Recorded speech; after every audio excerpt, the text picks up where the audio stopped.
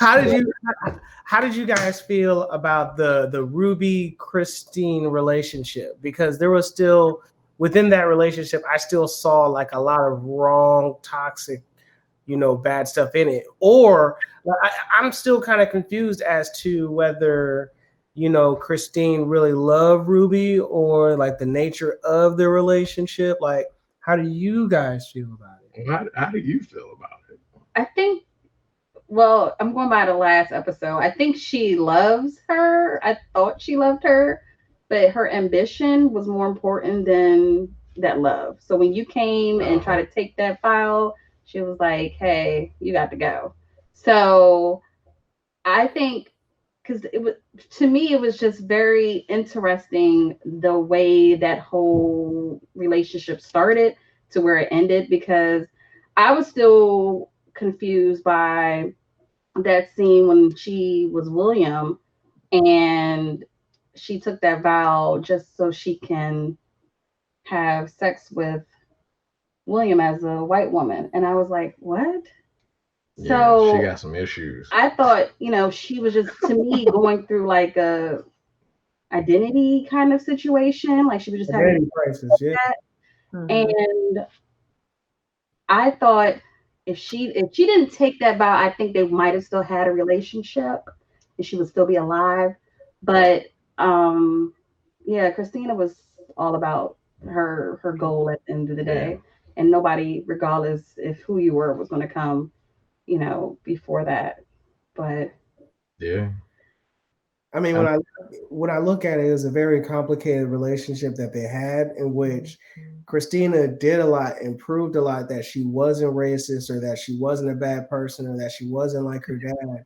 But at the same time, she was doing things that she didn't care, but she didn't care to the point where it's like, hey, my objectives outweigh anything else that's going on, like love, happiness, whatever you got popping off. I'm saying that's an emergency for you. I ain't got time for that.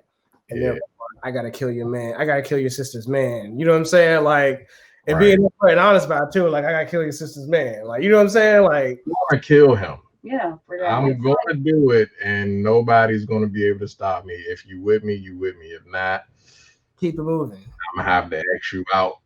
Right. Christina represents white feminism, like, in its lack of intersectionality.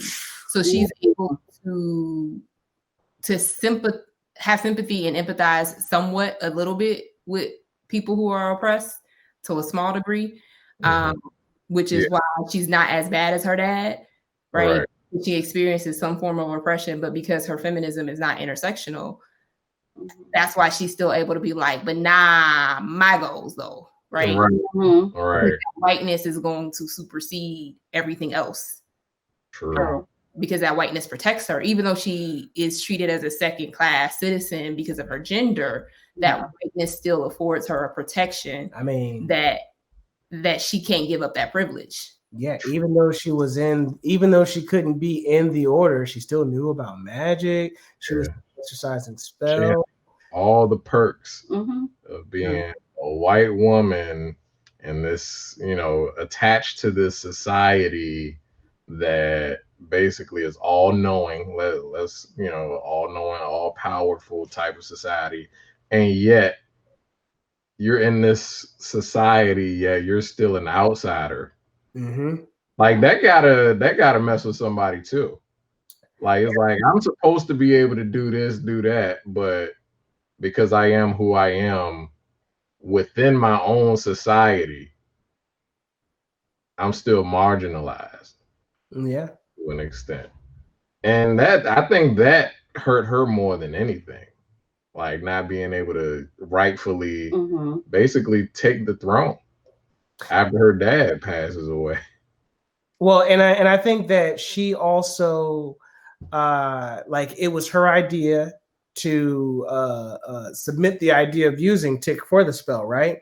Like, they said something about that. So it was her idea from the beginning. So she must have had some kind of knowledge about what was going to happen with Tick's spell. So she planned for her father's death, knew that the invincibility spell was going to have to be removed, uses a spell, and therefore tries to take over like the whole thing. And it's like, I don't know. It's like, and she keeps coming to you as a an ally. You know, she's like, I'm coming to you as an ally. I'm doing this as an ally, but the end means it's still self-serving. It's still self-serving. Mm-hmm. You know, so, literally a wolf in sheep's clothing. Yeah, literally. Talking about she doesn't even really like sheep like that. You know what I'm saying? She doesn't even really eat it, you know, like she might if she has to, but you know, there's plenty of grass. All right. There's plenty of chickens around. There's other things. But then, even then, if we go back to even her relationship with Ruby, it's almost like I care about you as much as what I can get out of you. Yeah. To get to my end means. I think she loved Ruby. Mm-hmm. But I think she loved her pursuit of power more. Mm-hmm.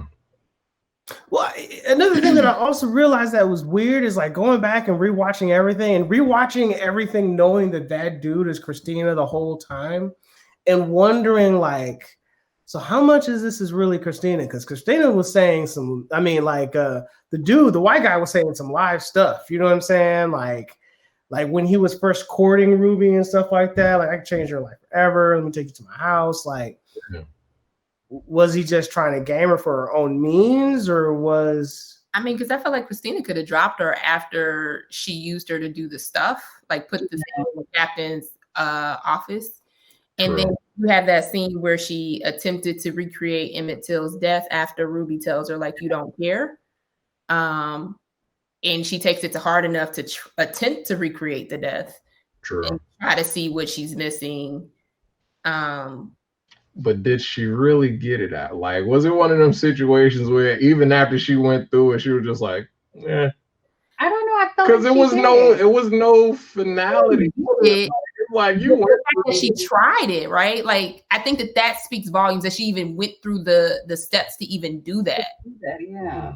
Right. I think that speaks to her volumes for Ruby were real, but her pursuit and her love of power was just superseded everything. Of like,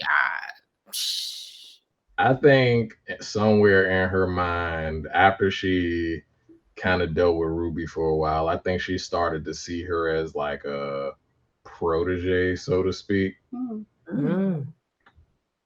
Kind of like, you know, I don't want to be nerdy, but kind of like the Jedi with the Sith, right? You know what I'm talking about, D. There can only be two. You know what I'm saying? One to have the power and one to seek it. Okay. You know what I'm saying? There can only be two. There can only be two. That's what it ended up being. And I think it was kind of like there was kind of like a power pull dynamic going on between Ruby and real power and Letty and responsibility to family. Like if you were to look at all the things that Ruby was doing for Letty, and throughout the story and before we even get to know her, we know that she's borrowing money. You know, they're pretty much paying. They don't have a great life herself. You know, she seems like the irresponsible young one, and you know the other siblings are kind of carrying her, and you know you kind of see this kind of dynamic in her, and you know it kind of feels like Ruby is getting what she really wants. Like this is finally my time to shine. This is finally my power. This is someone who cares for me. Right. You know, right? Like you've grown now. Mama got to live a life too, basically. You know what I'm saying? Like, I live mine. Like you wasn't even there for Mom's funeral. I had to handle that. You know what I'm saying? Like I had to handle everything. This is my thing right now. Hey, your boyfriend has to die. He seems like a cool guy, but whatever.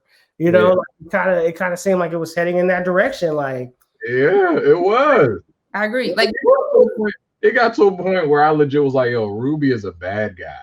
Ruby is a bad guy. And you know what I feel that she went through where she changed into a white woman is it was the ability to experience cognitive dissonance, like the ability to have the option of like, I feel bad, everybody's mourning. Like I personally know this kid. He plays with he plays with like my niece or whatever, you know, somebody I know I'm close to. And they're dead and there's a riot about it. Everyone's going crazy about it. I wish I could just not think about that right now. I just want to be in someone else's body and just being able to just press pause and come and just take a break. True. And that was the magic and the power that she was really searching for at that time. And I don't think that's necessarily a bad thing. Because think about like how she treated the Black girl that was at the work before she quit. Oh yeah. Oh yeah. Yeah. That's when I started not to like Ruby, because I was like, ooh, this is what we doing, sis. We gonna but that was like a whole other thing right there. When it wasn't about race, then I believe it became about body shaming and stuff like that. Because when they had the Black girl at the department store, the day that she was trying to get in there, you know, it kind of seemed like, what is this like? Is this like, did I just miss my opportunity? And then to get the job as a white woman and find out that the Black girl is woefully unqualified. You know what I'm saying? Like, she did it on a limb. She didn't have no qualifications. And it was all because the manager wanted to bone. Yep. You know what I'm saying? Like, that was the only reason. Like, well, we got to hire somebody. Let's hire this Black person. Okay, she's straight. You know what? Whatever happens, at least she won't say anything. And you see that part that happens when they're in the they go the alleyway. In the alley, exactly. So he was only really having her just to harass somebody, because he wasn't even touching the other 3 white women who were there. Yeah. True. Yeah, but that's that Black magic, you know. They got to have it. Gotta have it, man. They gotta have it, guys. All right. So,